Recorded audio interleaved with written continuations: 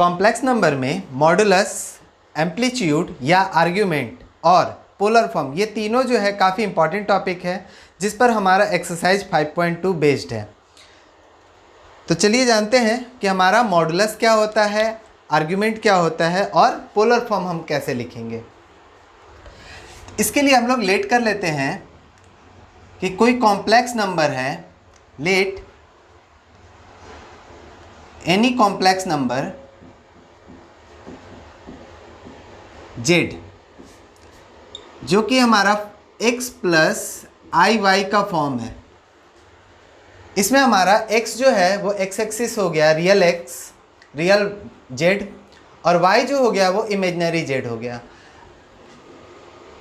अगर हम इसे आर्गन प्लेन पे रिप्रेजेंट करते हैं तो ये x एक्सिस ये हमारा क्या रिप्रेजेंट करता है, रियल z, और ये y एक्सिस रिप्रेजेंट करता है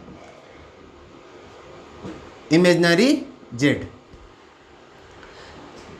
तो लेट से कि हमारा कोई ये पॉइंट है जो x, y है, तो ये पॉइंट जो है ये हमारा कॉम्प्लेक्स नंबर z को रिप्रेजेंट कर रहा है, और ये लाइन जो है जो हमारा ओरिजिन से इस पॉइंट को ज्वाइन कर रहा है वो हमारा होता है मॉडुलस z, यानी कि इसका मैग्नीट्यूड, ये कितना बड़ा है। तो हमारा पहला जो टर्म हुआ मॉडुलस z, मॉडुलस z का वैल्यू हमारा हो जाएगा मॉड z, इसे हम लोग मॉड z से भी रिप्रेजेंट करते हैं और मॉडुलस z भी इसी को कहते हैं, और ये हो जाएगा इस कॉम्प्लेक्स नंबर के लिए square root x square plus Y square. जैसे एग्जांपल में ले लें, अगर हमारा कोई z है 2 प्लस 3i, तो मॉड z अगर हमें निकालना है यानी कि मॉडुलस z, तो हमें क्या करना है, स्क्वायर रूट लिखना है और 2 का स्क्वायर प्लस 3 का स्क्वायर कर देना है।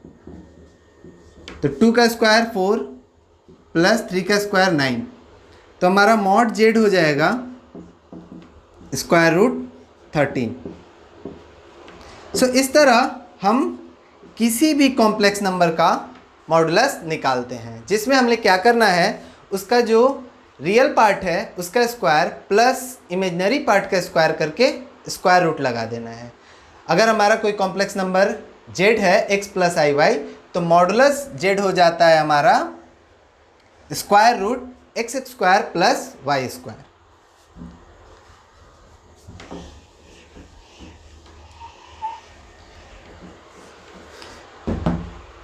जो सेकंड पॉइंट है वो है हमारा एम्पलीट्यूड z या आर्ग्यूमेंट z। तो अगर हम इस आर्गन प्लेन पे देखें तो ये हमारा जो है एक एंगल है, ये एंगल जो है जिसे हम अल्फा लिखेंगे वो हमारा क्या होगा, ये हमारा y वैल्यू हो गया, ये हमारा x वैल्यू हो गया। तो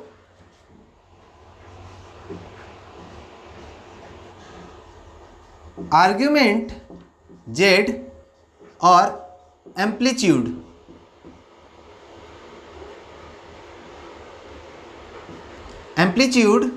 z, ये दोनों जो है हमारा उस एंगल का वैल्यू होता है जो हमारा 0 से 2 पाई के बीच में, यानी एक चक्कर के बीच में हमारा एग्जिस्ट करता है।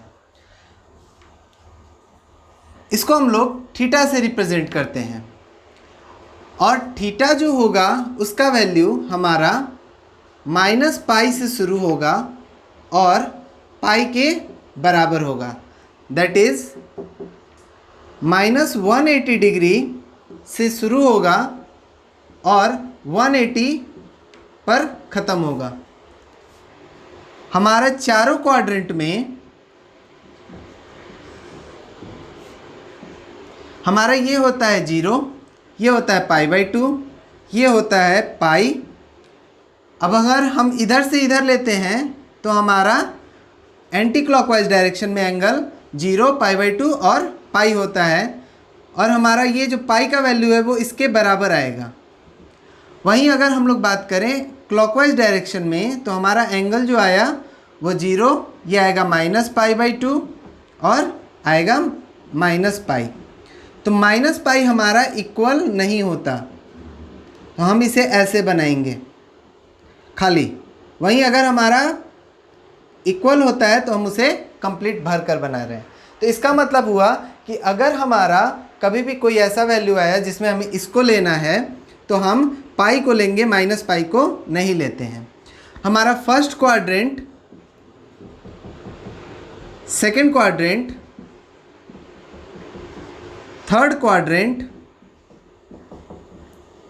और फोर्थ क्वाड्रेंट। अगर हमारा एम्पलीट्यूड फर्स्ट क्वाड्रेंट में है तो हमें क्या करना है, हमें 0 से थीटा 0 लेना है। थीटा हमारा π/2 के बराबर आएगा, π/2 इंक्लूडेड है। अगर वही सेकंड क्वाड्रेंट का बात करें तो हमारा π/2 इंक्लूडेड है, थीटा पाई भी इंक्लूडेड है, यानी कि फर्स्ट क्वाड्रेंट में 0 से π/2 और π/2 से पाई। थर्ड क्वाड्रेंट का अगर हम बात करें कि थर्ड क्वाड्रेंट में हमारा कैसे लेना है, तो थर्ड क्वाड्रेंट में हमें लेना है -π/2 से -π। तो हमारा -π जो कि ज़्यादा छोटा वैल्यू है उसके इक्वल नहीं होना चाहिए थीटा, और -π/2 के इक्वल हो सकता है। फोर्थ क्वाड्रेंट में हमारा जो आएगा तो वो हो गया 0 से -π/2, तो -π/2 से बड़ा होना चाहिए थीटा, 0 के बराबर हो सकता है, -π/2 के बराबर भी हो सकता है। सो ये हमारा क्या कहा जाता है, principal value. Principal value of argument. Argument का जो प्रिंसिपल वैल्यू है वो -π से पाई के बीच में लाई करना चाहिए, इसके बाहर नहीं जाना चाहिए। फर्स्ट क्वाड्रेंट में अगर हमारा कोई कॉम्प्लेक्स नंबर है, हमारा एंगल जो है यानी आर्गुमेंट वो इसके बीच में आना चाहिए, या 0 और π/2 हो सकता है। सेकंड क्वाड्रेंट आएगा तो π/2 से पाई, थर्ड क्वाड्रेंट आएगा तो -π से -π/2, फोर्थ क्वाड्रेंट आएगा -π/2 से 0। तो इस एंगल को हमको ध्यान में रखना है और इसके बेसिस पर ही हमें एंगल फाइंड आउट करना है। अब हमारा जो है सवाल आता है कि आर्गुमेंट हम जेड फाइंड कैसे करेंगे। ये तो हुआ कि हमारा आर्गुमेंट जेड कहां से कहां तक लाई करेगा।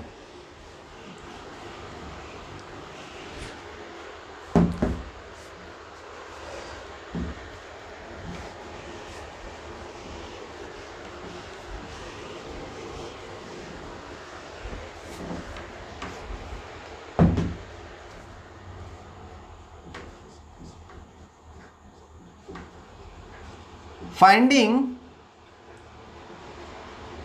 आर्गुमेंट जेड, यानी ये हमारा अगर कॉम्प्लेक्स नंबर है तो उसको फाइंड करना है, उसका हमारा एंगल क्या आएगा ये फाइंड करना है। तो हमारे पास 4 केस आता है, या तो हमारा कॉम्प्लेक्स नंबर फर्स्ट क्वाड्रेंट में होगा, या तो सेकंड, या तो थर्ड, या तो फोर्थ क्वाड्रेंट में।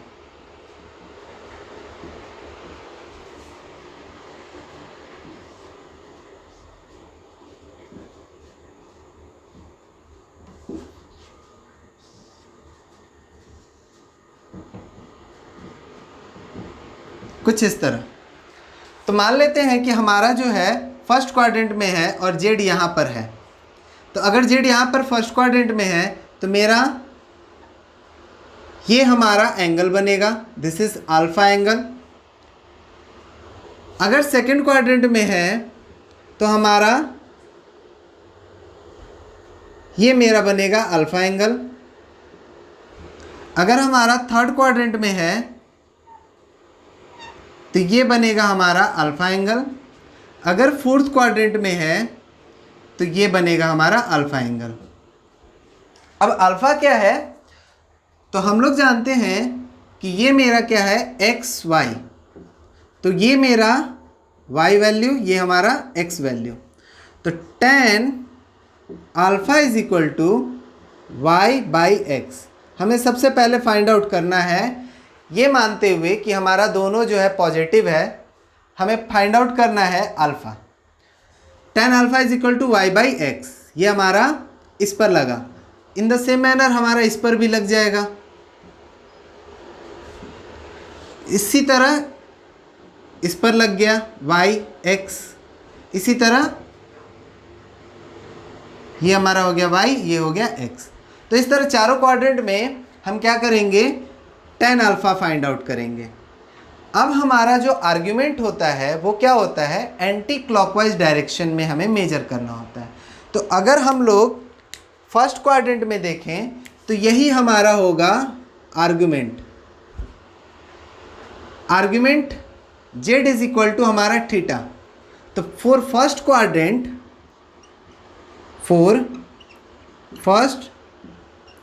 क्वाड्रेंट जो हमारा थीटा का वैल्यू होता है वो होता है अल्फ़ा, यानी कि अल्फ़ा और थीटा दोनों बराबर होंगे। पहले क्वाड्रेंट में कोई दिक्कत नहीं।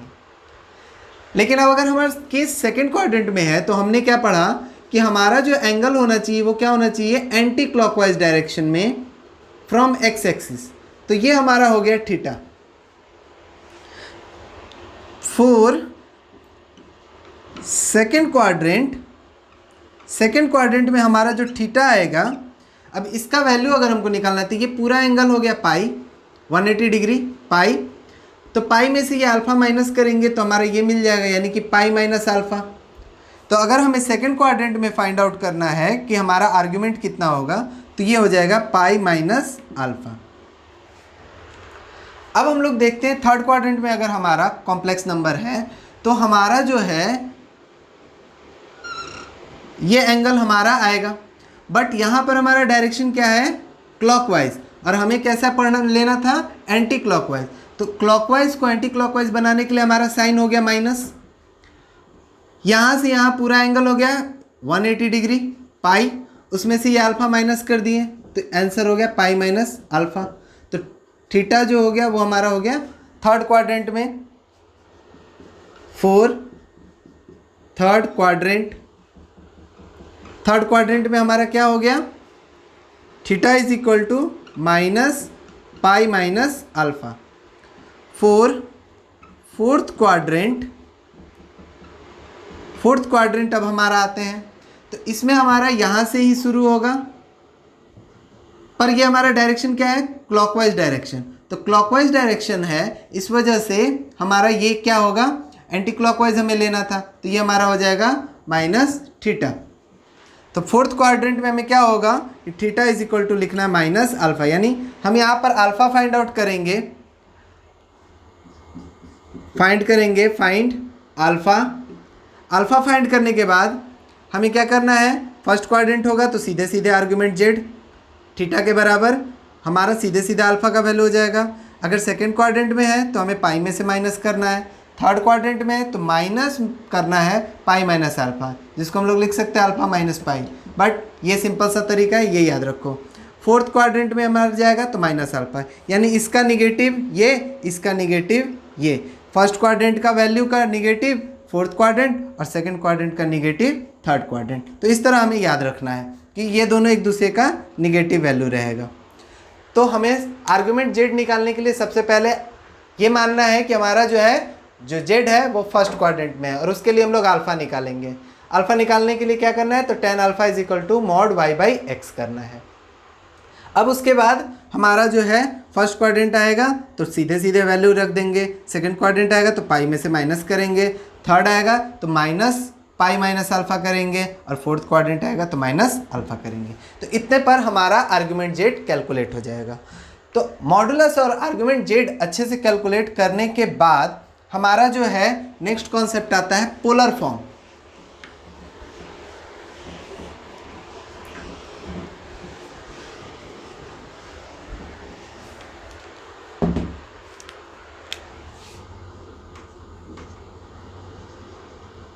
Polar form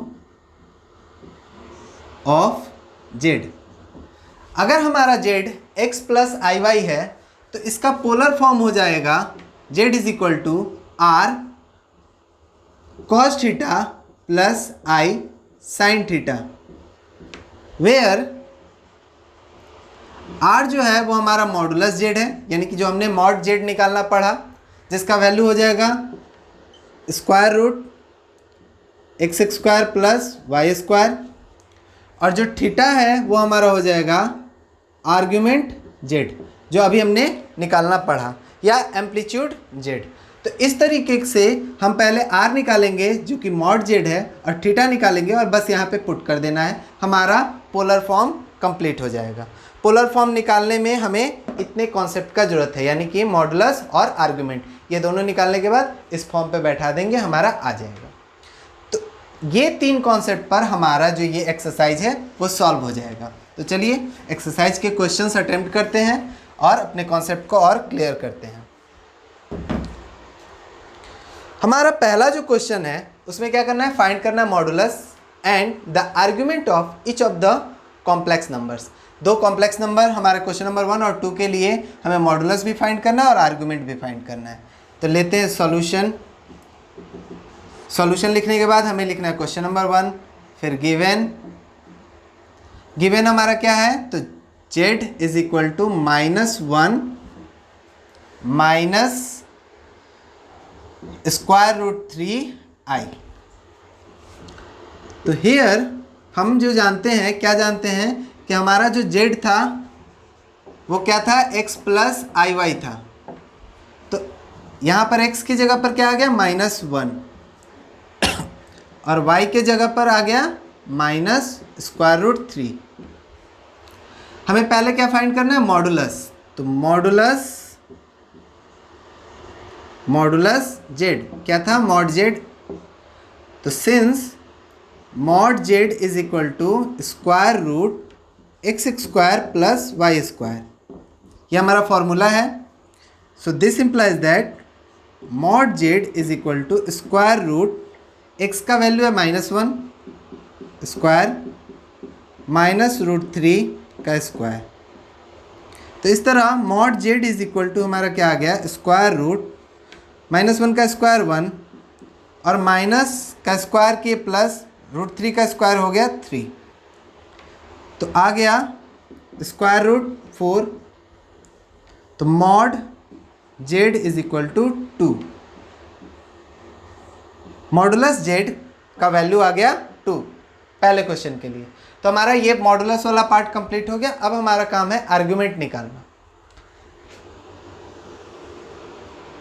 4 argument z। Argument z के लिए हमें क्या लेना था, पहले अल्फा एंगल लेना है। तो हम लोग को क्या करना था, tan alpha is equal to mod y by x. तो मॉड y का वैल्यू हमारा यहाँ आ गया, mod minus square root 3 by -1। तो आ गया हमारा ये value root 3। tan alpha is equal to root 3, ये हमारा किसका वैल्यू है, तो tan 60 डिग्री जो कि हो गया पाई बाई 3। तो अल्फा हमारा आ गया पाई बाई 3। अब हमारा क्या काम था, ये देखना कि z हमारा किस क्वाड्रेंट में है। सिंस x क्या है, वो एक निगेटिव है और y भी निगेटिव है, तो हमारा ऑर्डर पेयर क्या आया, minus minus, x negative y भी निगेटिव, तो हमारा ऑर्डर पेयर आया माइनस माइनस। और ये हमारा होता है z is in third quadrant, z हमारा थर्ड क्वाड्रेंट में आ गया। अगर वो थर्ड क्वाड्रेंट में है तो इसका मतलब थीटा हमारा क्या हो जाएगा, argument z is equal to theta, वो हो जाएगा पाई माइनस अल्फा। तो थीटा हमारा आ गया पाई माइनस अल्फा का वैल्यू हो गया पाई बाई 3, तो ये हो गया हमारा 2 पाई बाई 3। तो आर्ग्यूमेंट z हमारा आ गया 2 पाई बाई 3।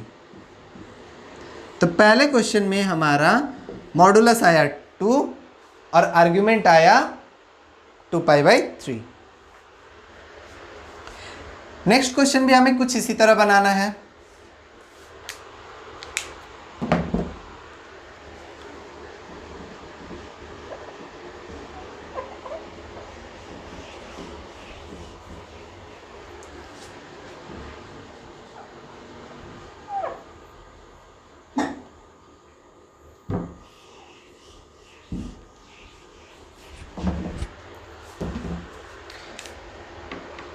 क्वेश्चन नंबर 2 क्या गिवन है, -√3 प्लस आई। तो इसमें हमारा x क्या हो गया, x हो गया -√3 और y हो गया 1। यहाँ पर हम लोग लिख सकते हैं 1, तो y हमारा हो गया 1, x हो गया -√3। तो मॉडुलस z, हमें मॉडुलस z फाइंड करना है। तो मॉडुलस z के लिए mod z is equal to हम लोग जानते ही हैं √x² प्लस y² था, ये हमारा फॉर्मूला हो गया। तो mod z is equal to -√3 का होल स्क्वायर प्लस 1 का स्क्वायर। तो mod z is equal to, अब इसका स्क्वायरिंग करेंगे तो माइनस का स्क्वायरिंग प्लस और √3 का स्क्वायरिंग 3 प्लस 1 का स्क्वायर 1 √4। तो इस तरह आ गया मॉड z, √4 का वैल्यू हो जाता है 2। इसमें भी हमारा मॉड जो आया मॉडुलस वो 2 ही आया। अब हमारा आर्गुमेंट फाइंड करना है, तो आर्गुमेंट के लिए हम लोग यही फॉर्मूला पढ़े कि tan अल्फा पहले फाइंड आउट करेंगे। तो tan अल्फा फाइंड आउट किए तो ये हो गया y है मेरा 1 और x है -√3। तो ये हमारा आ गया 1/√3। 1/√3 कितने का वैल्यू है, तो 30 डिग्री, tan 30 डिग्री का वैल्यू है। तो tan 30 डिग्री को हम लोग लिख सकते हैं π/6। तो अल्फा हमारा हो गया π/6।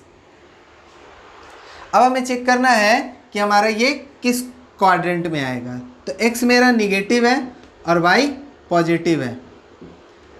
तो सिंस z इज इन कौन सा क्वाड्रेंट हो गया, तो x निगेटिव y पॉजिटिव हमारा होता है second quadrant. z is in second quadrant. तो देयरफॉर आर्ग्यूमेंट z जो कि हमारा होता है थीटा, सेकंड क्वाड्रेंट में क्या था, पाई माइनस अल्फ़ा। तो थीटा हमारा आ गया पाई माइनस अल्फ़ा, हमारा ये हो गया π/6। तो argument z is equal to 5 π/6, ये हो गया आंसर। तो इन दोनों क्वेश्चन में हमें क्या फाइंड करना था, मॉडुलस और आर्गुमेंट। तो मॉडुलस फाइंड करने के लिए हमारा मॉडुलस का फॉर्मूला और आर्गुमेंट फाइंड करने के लिए आर्गुमेंट में सबसे पहले tan अल्फ़ा हमने फाइंड किया, फिर उसको जो है अल्फ़ा का वैल्यू निकालने के बाद क्वाड्रेंट चेक किया, क्वाड्रेंट के बेसिस पर अपना आर्गुमेंट का फॉर्मूला रखकर कैलकुलेट कर दिया। तो है ये काफ़ी सिंपल, और इसके बेसिस पर हमारा जो है आगे के क्वेश्चंस भी अटेम्प्ट करेंगे तो हमारा बन जाएगा। आर्गुमेंट का कॉन्सेप्ट काफ़ी सिंपल होता है, बस ये ध्यान रखना है कि कौन से क्वाड्रेंट में हमारा कौन सा एंगल लेना है। फर्स्ट क्वाड्रेंट अगर होता है तो सीधा सीधा हमारा थीटा हो जाएगा, सेकंड क्वाड्रेंट लेना है तो पाई माइनस अल्फ़ा हो जाएगा, थर्ड क्वाड्रेंट लेना है तो माइनस पाई माइनस अल्फ़ा लेना है, फोर्थ क्वाड्रेंट अगर हमारा आएगा तो हमें क्या करना है, माइनस अल्फ़ा लेना है। Convert each of the following complex number given in exercise 3 to 8। 3 to 8 तक हमें क्या करना है, पोलर फॉर्म में हमें कन्वर्ट करना है। तो पोलर फॉर्म में कन्वर्ट करने के लिए हमें सबसे आसान तरीके से क्या फॉलो करना है, तो अभी तक हमने पढ़ा है जिस पैटर्न में, यानी कि मॉडुलस फाइंड करेंगे, आर्गुमेंट फाइंड करेंगे, तब जाके पोलर फॉर्म लिखेंगे। तो क्वेश्चन नंबर 3 तो लेट कर लेते हैं, z is equal to 1 minus I. 1 minus I हमारा z है, कॉम्प्लेक्स नंबर है, ठीक है। हेयर x हमारा क्या हो गया 1 और y हो गया -1। मॉड z जो r होता है हमारा वो होता है मॉड z, जिसका वैल्यू हो गया x² प्लस y²। तो r हमारा क्या आ गया, √1 का स्क्वायर प्लस 1 माइनस 1 का स्क्वायर, ये आ गया √2। तो मॉड जेड निकालने के बाद हमारा काम है आर्गुमेंट फाइंड करना। फॉर आर्गुमेंट जेड हम लोग tan अल्फ़ा लेते हैं। tan अल्फ़ा क्या था? मॉड y/x -1/1 जो हो गया 1।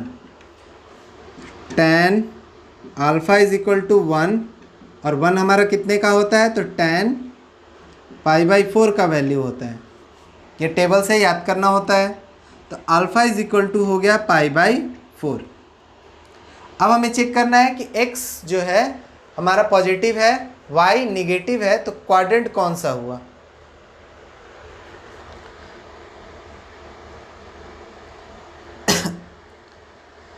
Since z is in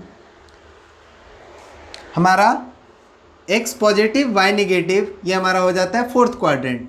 x positive y negative, तो z is in fourth quadrant.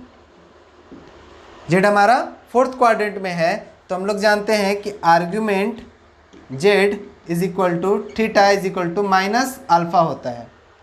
तो क्या आ गया? Theta is equal to minus alpha, यानी कि अल्फ़ा हमारा था π/4, तो ये हो गया -π/4। मॉडुलस और आर्गुमेंट निकालने के बाद अब हमारा है पोलर फॉर्म लिखना कि हम लोग पोलर फॉर्म कैसे लिखेंगे। तो फॉर पोलर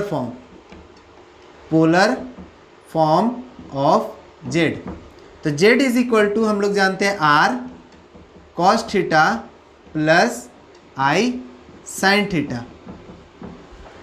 तो जेड r का वैल्यू हमने लाया √2 cos थीटा का वैल्यू हमारा minus alpha minus π/4 plus i sine -π/4। तो ये हमारा हो गया पोलर फॉर्म। तो क्वेश्चन नंबर 3 में जो हमारा कॉम्प्लेक्स नंबर दिया है 1 - i, इसका जो है पोलर फॉर्म आएगा z is equal to √2 cos -π/4 plus i sine -π/4। Next हमारा है क्वेश्चन नंबर 4। उसको भी हमें पोलर फॉर्म में लिखना है, तो हमारा स्टेप यही होगा। अगर क्वेश्चन नंबर 3 समझ में आ गया है तो ऐसा करो कि क्वेश्चन नंबर 4, 5, 6, 7, 8 जो है पहले खुद से बनाकर ट्राई कर लो। अगर आंसर आ जाता है तो बहुत अच्छी बात है। उसके बाद सॉल्यूशन देखकर जो है आगे का जो है स्टेप फिर से वेरीफाई कर लो कि तुमने सही से बनाया है या नहीं। अगर नहीं आता है तो इसे फिर से कंटिन्यू कर लो। तो दोनों ही केस देख लेना, इसको बहुत फ़ायदेमंद होगा। तो हमारा जो है क्वेश्चन नंबर 4 में क्या है, लेट कर लिए z is equal to -1 plus i। तो यहाँ पर हमारा x क्या हो गया? -1 और y हो गया i 1।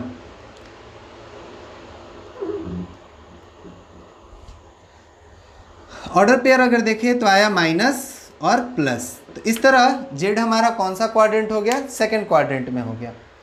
मॉडुलस z लाना है।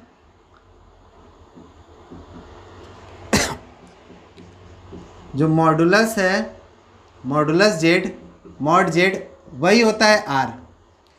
तो हमारा r इज इक्वल टू क्या हो गया? r is equal to mod z is equal to √x² plus y²।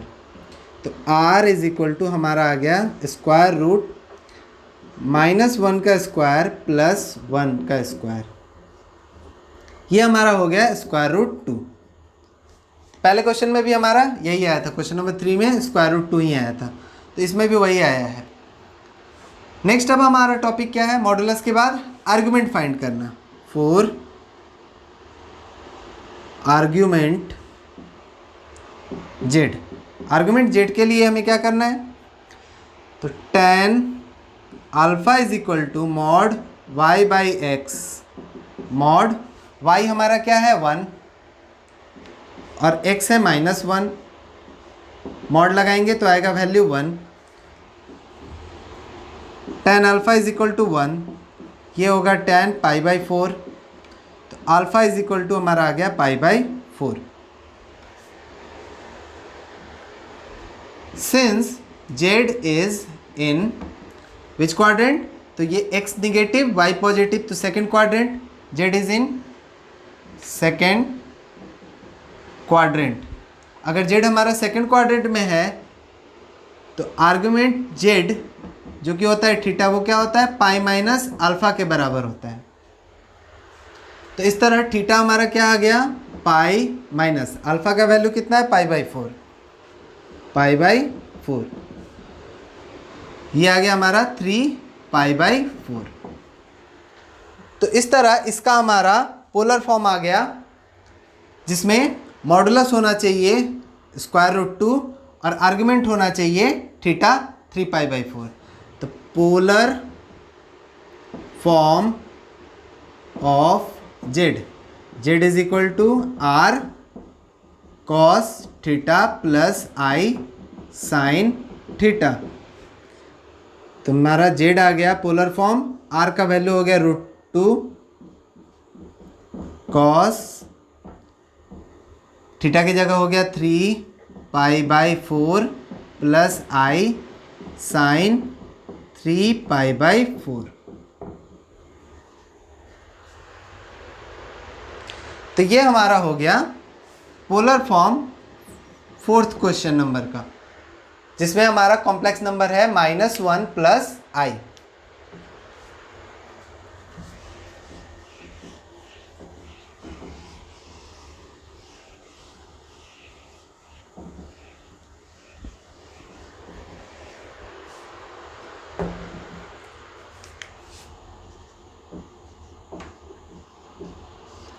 Solution 5 में जो हमारा कॉम्प्लेक्स नंबर है वो है -1 माइनस आई। इसमें हमारा x हो गया -1 और y हो गया -1।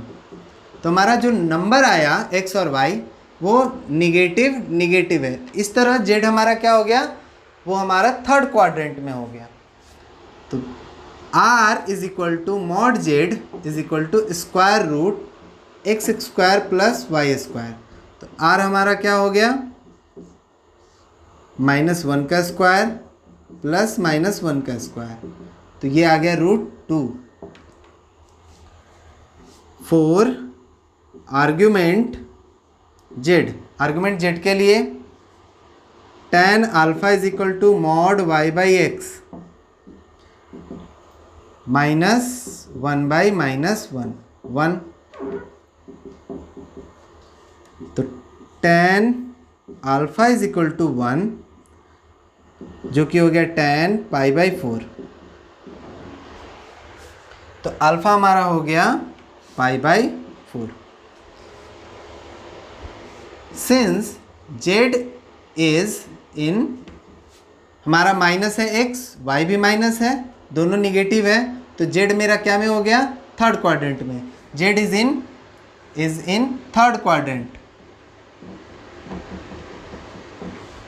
So therefore argument z is equal to theta is equal to हो जाएगा -π माइनस अल्फा। तो theta is equal to -π minus alpha, alpha का वैल्यू हो गया π/4, तो -3π/4। Polar form of z।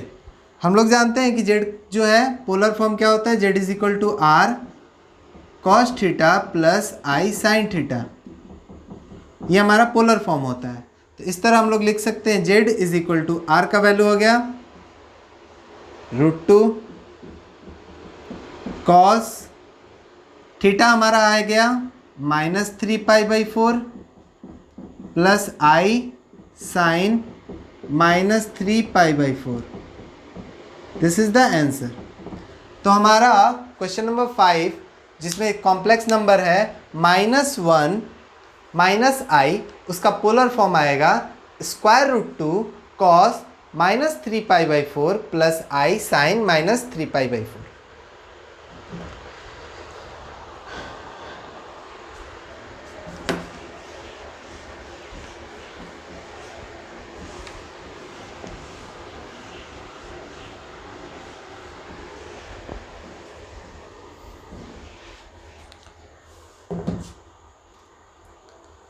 Question number 6,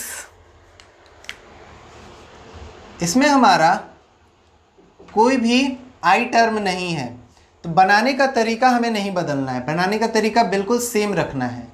हमें क्या करना था, लेट करना था जेड, जेड जो कि है -3। अब हमारा इसमें आई नहीं दिया हुआ है तो हम खुद से लगाएंगे 0 × i, ताकि हमारा जो है अपना फॉर्मेट यानी कि x + iy का फॉर्मेट बैठ जाए। तो x जो है वो क्या था -3 और y क्या है 0।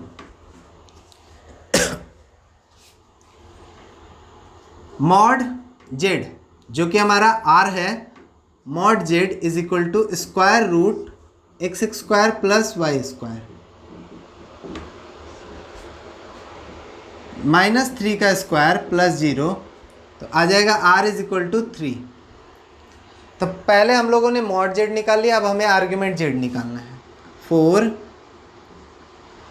Argument z, tan alpha = mod y/x।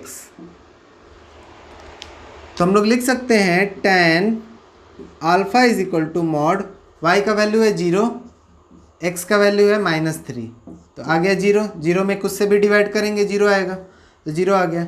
अब हमारा देखना है कि tan अल्फा = 0 किसका होगा, तो tan 0 डिग्री का होगा, तो अल्फा मेरा हो गया 0। तो ये हमारा किस में लाई कर रहा है, फर्स्ट क्वाड्रेंट। फर्स्ट क्वाड्रेंट में अगर लाई कर रहा है तो फर्स्ट क्वाड्रेंट में हमारा नहीं, हमारा यहाँ पर है x नेगेटिव और y है 0। Since z lie on negative x axis, z जो है वो हमारा नेगेटिव x एक्सिस पे लाई कर रहा है। अगर हम लोग एक्सिस बनाएंगे तो हमारा कुछ ऐसे लाई करेगा यहाँ पर, ठीक है, इस पॉइंट पर। तो ये हमारा पाई भी होता है और -पाई भी होता है। ये वैल्यू पाई भी था और -पाई भी था, लेकिन हमने ध्यान था कि -पाई हमारा इक्वल नहीं होता है, हमारा इक्वल होता है पाई के। सो हमारा जो थीटा होगा वो हो जाएगा पाई -अल्फ़ा। हमारे इस क्वाड्रेंट में, सेकंड क्वाड्रेंट में पाई -अल्फ़ा लगाते हैं, तो पाई -0 लगाएं तो आ गया argument pi. Now polar form, polar form, polar form में हमने क्या पढ़ा, z = r cos theta plus i sin थीटा। तो z r हमारा 3 cos थीटा का value pi plus i sin pi. हमने आर्गुमेंट कैसे निकाला, तो अपने जो तरीका है उसी से पहले अल्फ़ा निकाल लिए। अब यहाँ पर हमें देखना था कि हमारा जेड कहाँ लाई कर रहा है। तो हमारा फर्स्ट क्वाड्रेंट में तो लाई करेगा नहीं, हमारा जो है एक्स निगेटिव है, तो एक्स निगेटिव मेरा यहाँ पर आ रहा है इस पॉइंट, इस लाइन पर। तो ये हमारा कहाँ हो गया, सेकंड क्वाड्रेंट। सेकंड क्वाड्रेंट के लिए हम लोग ये फॉर्मूला जानते हैं, पाई -अल्फ़ा। तो पाई -अल्फ़ा लगाकर हम निकाल लेंगे। हम इसको जो है थर्ड क्वाड्रेंट क्यों नहीं कहेंगे, क्योंकि हमारा जो थीटा होता है वो -पाई के बराबर नहीं होता, लेकिन पाई के बराबर होता है। पाई के बराबर होता है, -पाई के बराबर नहीं होता, इसलिए हम ये वैल्यू सेलेक्ट किए, -पाई नहीं सेलेक्ट करेंगे। ठीक है, आर्गुमेंट जेड के लिए। तो कभी भी ऐसा केस आए जब हमारा एक्स एक्सिस पे लाई कर रहा है और नेगेटिव एक्स एक्सिस पे लाई कर रहा है, तो हमें पाई लेना है, -पाई नहीं लेना। तो ये हमारा हो गया क्वेश्चन नंबर 6 कंप्लीट।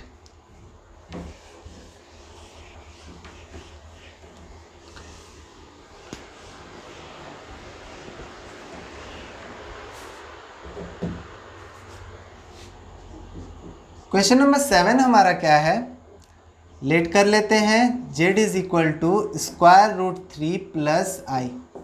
तो x हमारा हो गया स्क्वायर रूट 3 और y हो गया 1। हमारा अगर क्वाड्रेंट देखें तो ये भी पॉजिटिव है, ये भी पॉजिटिव है, दोनों पॉजिटिव है, यानी कि फर्स्ट क्वाड्रेंट में इसमें ज़्यादा परेशानी नहीं है। तो r is equal to mod z is equal to square root x square plus Y square. तो r हमारा क्या आ गया, स्क्वायर रूट 3 का स्क्वायर प्लस 1 का स्क्वायर। तो r आ गया हमारा square root 4 is equal to 2। 4 argument z के लिए tan alpha is equal to mod y by x. तो इस तरह आ गया हमारा y कितना है 1, x कितना है स्क्वायर रूट 3, tan अल्फा आ गया 1 बाई रूट 3 जो कि है हमारा tan पाई बाई 6। तो अल्फा आ गया pi by 6।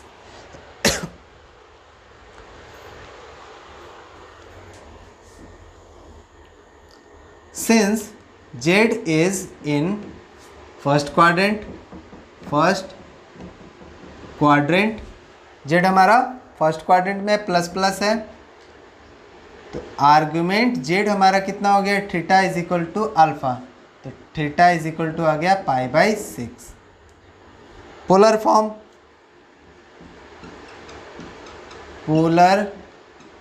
Form of z, तो z is equal to r cos theta plus I sine theta.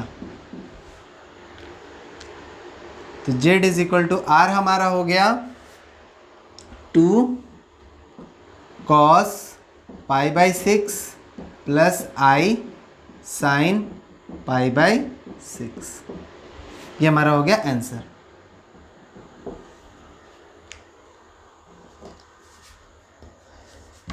Question number 8 काफ़ी इंटरेस्टिंग क्वेश्चन है। ये क्वेश्चन नंबर 6 की तरह ही है। क्वेश्चन नंबर 6 में हमारा रियल पार्ट केवल दे दिया था, इमेजिनरी पार्ट गायब कर दिया था। क्वेश्चन नंबर 8 में क्या किया है, इमेजिनरी पार्ट दे दिया है, रियल पार्ट गायब कर दिया है। सॉल्यूशन 8। तो लेट कर लेते हैं z। अब इसमें क्या दिया हुआ है, i दिया हुआ है, यानी कि 1 यहाँ तो दे दिया लेकिन x पार्ट नहीं दिया है, तो वहाँ हम ले लिए 0। तो हेयर x जो है वो हो गया 0 और y हो गया 1। तो अगर हम इसको देखें तो ये हो गया 0 और प्लस। 0 और प्लस का मतलब हो गया x एक्सिस 0 और y प्लस, मतलब ये y एक्सिस पे लाई कर रहा है।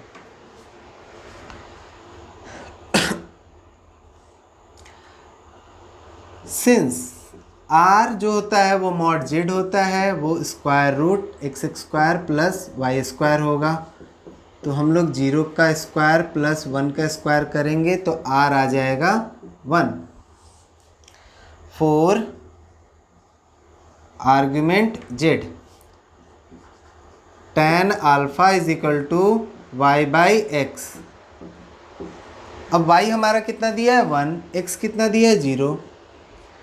तो 1/0 हमारा ये एक अनडिफाइंड टर्म है, तो ये हो गया tan alpha is equal to undefined infinity. तो ये हमारा हो गया tan 90 डिग्री। 90 डिग्री का मतलब हो जाता है पाई बाई 2। तो अल्फा हमारा हो गया पाई बाई 2।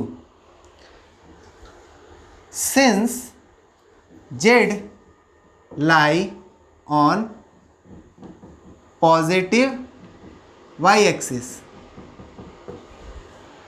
z हमारा कुछ इस तरह लाई कर रहा है, ऐसे यहाँ, तो इस पॉइंट पे लाई कर रहा है। तो हमारा जो थीटा होता है वो यहाँ से यहाँ तक हो सकता है। तो ये बीच में पड़ रहा है पाई बाई 2। तो हम क्वाड्रेंट 1 लें या क्वाड्रेंट 2 लें, दोनों ही तरीके से पाई बाई 2 हमारा आ जाएगा। अगर हम क्वाड्रेंट 1 लेंगे तो हमारा क्या होगा, theta is equal to alpha. अगर क्वाड्रेंट 2 लेंगे तो हमारा क्या होगा, पाई माइनस अल्फ़ा। अगर हम इस मेथड से लेंगे तो भी theta is equal to pi by two आ गया। अगर हम इस मेथड से लेंगे तो pi minus pi by two, again pi by two आ गया। तो दोनों ही मेथड से हमारा क्वाड्रेंट 1 ले या क्वाड्रेंट 2 का फॉर्मूला लगाएं, दोनों ही फॉर्मूला से जेड हमारा जो है जेड के लिए थीटा पाई बाई टू आना है। तो therefore argument z is equal to theta is equal to alpha, तो थीटा हमारा हो गया pi by two. Now polar form is polar form of z, z का पोलर फॉर्म क्या हो जाएगा, Z is equal to r cos theta plus I sine theta. तो z आ गया, आर का वैल्यू हमारा 1 है, 1 लिख सकते हैं, नहीं भी लिखेंगे तो चलेगा, cos pi by two plus I sine pi by to. 1 से मल्टीप्लाई करेंगे तो हमारा सेम टू सेम चीज़ आएगा, तो हटा देते हैं, पाई by two plus I sine pi by to. This is answer.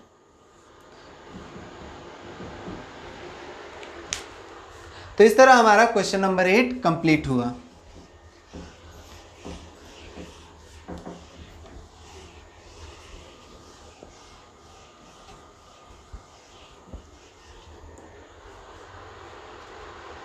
आज के क्लास में इतना ही। नेक्स्ट क्लास में हम लोग करेंगे एक्सरसाइज 5.3।